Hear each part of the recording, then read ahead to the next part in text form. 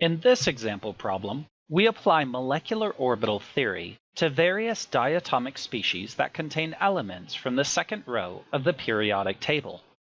The problem reads, which of the following is or are true? Select all that apply. Use the molecular orbital diagrams given. A. F2 1- has a shorter bond than F2. B. N2 1+ has a bond order of 2.5. C. B2 2- is paramagnetic. D. C2 2+ has a weaker bond than C2. And E. B2 2+ should be stable enough to exist. Let's discuss each of these using molecular orbital theory. To compare bond strength between F2 1- and F2, we'll need to compare bond order. As the bond order increases, bonds get shorter and stronger. Think about comparing a single bond, which would correspond to a bond order of 1, to a double bond, a bond order of 2. A double bond is shorter and stronger. To calculate bond order, we need to fill in the molecular orbital diagram. We'll start with F2 and make adjustments for F2 1-. There are 2 fluorine atoms and each has 7 valence electrons in the second shell. F2 has no charge, so there are a total of 14 valence electrons. We fill in the molecular orbital diagram starting with the lowest energy orbitals and working our way up, filling in 14 electrons. To calculate bond order for a diatomic molecule or ion, we take the number of electrons in bonding molecular orbitals, subtract the number of electrons in antibonding molecular orbitals, divided by 2. The bonding molecular orbitals do not have an asterisk and are circled in blue. We have 8 electrons in bonding molecular orbitals. The antibonding molecular orbitals do have an asterisk and are circled in red. We have 6 electrons in antibonding molecular orbitals, so our bond order is 1. To adjust this molecular orbital diagram for F2 1-, we need to add 1 more electron for the 1- charge. This electron goes into the sigma 2p antibonding molecular orbital. To calculate bond order, we still have 8 electrons in bonding molecular orbitals, but now we have 7 electrons in antibonding molecular orbitals. So our bond order is 1/2. Adding an extra electron to an antibonding molecular orbital decreases the bond order and makes the bond weaker and longer. So the first statement is false. F2 1- should have a longer and weaker bond than F2. To calculate bond order of N2 1+, we need to fill in the molecular orbital diagram.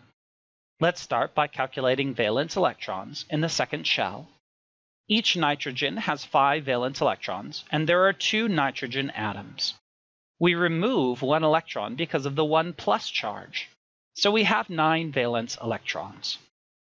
We will fill in the molecular orbital diagram from the lowest energy up, so we start by adding 2 electrons to the sigma 2s bonding molecular orbital, then 2 electrons to the sigma 2s antibonding molecular orbital, and we can fully fill the 2 pi2p bonding molecular orbitals with the 4 electrons.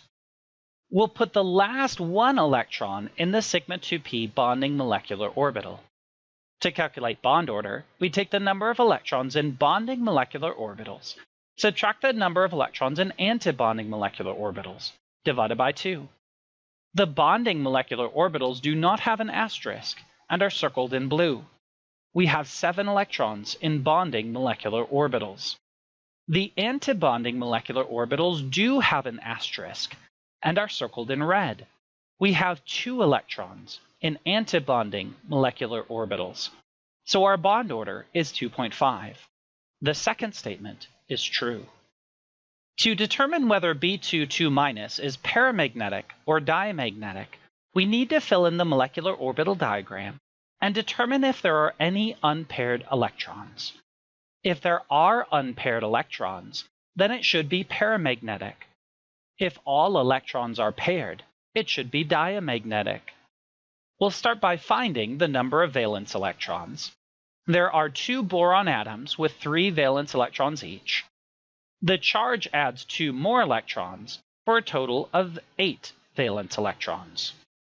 Filling in the molecular orbital diagram from the bottom up, we will fully fill the sigma 2s bonding, sigma 2s antibonding, and both pi 2p bonding molecular orbitals completely. This means all of our electrons are paired. So the third statement is false. B22- is diamagnetic because it does not have unpaired electrons. To determine if C22+ has a weaker bond than C2, we need to compare bond order. We'll start by finding the bond order of C2 and make adjustments for C22+. We have 2 carbon atoms with 4 valence electrons each. C2 is not charged, so there are a total of 8 valence electrons. We fill the lowest energy molecular orbitals first, starting with the sigma 2s bonding molecular orbital, then the sigma 2s antibonding molecular orbital. Then we completely fill both pi 2p bonding molecular orbitals.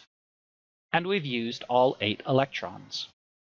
To calculate bond order for a diatomic molecule, we take the number of electrons in bonding molecular orbitals, subtract electrons in antibonding molecular orbitals, divided by 2.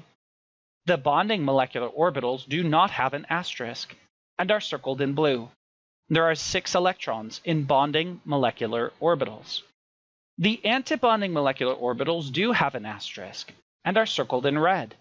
There are 2 electrons in antibonding molecular orbitals. So our bond order for C2 is 2.